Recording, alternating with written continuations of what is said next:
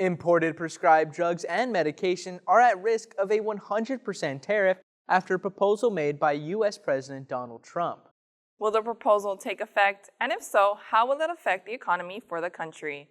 Jasmine Espinosa with the story. Pharmaceutical drugs for weight loss, asthma, and cancer may be affected, making it more expensive for people who use these products. Earlier this month, President Donald Trump posted on Truth Social threatening pharmaceutical companies outside of the U.S. with tariffs on branded or patented products unless a company has initiated construction for its manufacturing plants within the country. According to a White House fact sheet, the decision comes from Trump's plan to decrease prices of prescription drugs in the U.S. to match the lowest price offered in other developed nations. However, certified pharmacy technician Natalia Lundstedt says companies such as Eli Lilly that get its products from China and India are more likely to be affected since it's considered one of the main manufacturers. Definitely with the cost of import.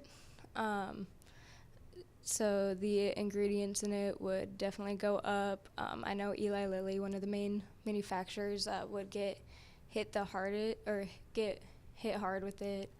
But definitely the name brand is already expensive enough. Some of them already cost a couple $1,000s. So the cost of those would go up, and even if it's not name brand, generics will go up too due to the import cost of the ingredients. Eli Lilly and Company is known for distributing medication on weight loss and diabetes, as stated in a news release from investors that it plans to build a new $6.5 billion facility to manufacture active pharmaceutical ingredients at Generation Park in Houston.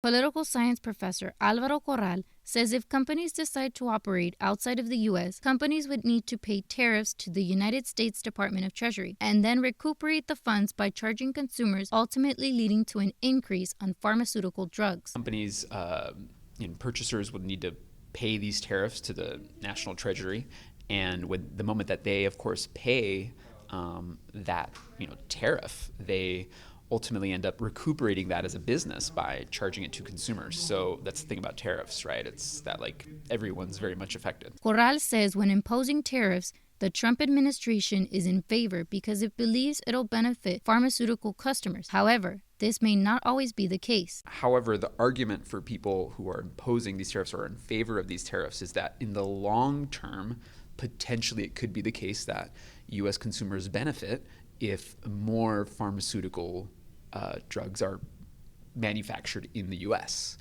And so that's the sort of conversation that has to happen sort of simultaneously, right? The long-term effects versus the short-term, typically pain that sometimes consumers have to face. It is unclear if this tariff will take effect, as Trump continues to negotiate with companies to relocate their pharmaceutical manufacturing plant to the U.S.